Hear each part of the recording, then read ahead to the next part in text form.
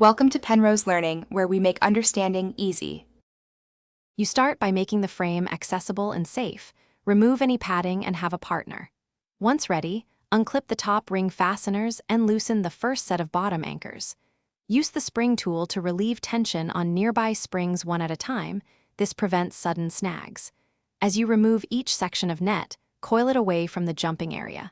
Keep hardware ordered and labeled so reassembly is straightforward. Make sure to inspect the frame for bends or rust before installing. Begin by placing the new net's top seam over the ring at a clear reference point and loosely fasten the first clip. Then move to the opposite side and repeat, working in a cross pattern to maintain even tension. Hook the bottom anchors or straps to the frame, but leave them slightly loose. This helps you fine-tune fit.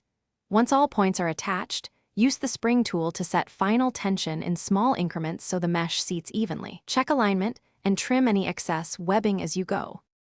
Finish by tightening every clip and anchor, then reinstall the padding so it covers fasteners fully. Once secure, do a low-pressure test. One person bounces gently while another watches for gaps, rubbing, or shifting. If the net pulls to one side, loosen the opposite anchors slightly and retention in small, alternating steps until balanced. Make sure all hardware is torque tight and that no webbing is pinched. Finally, do a full inspection after a day of use to confirm nothing loosened under load. Thanks for watching. If this was helpful, leave a like and consider subscribing. See you next time.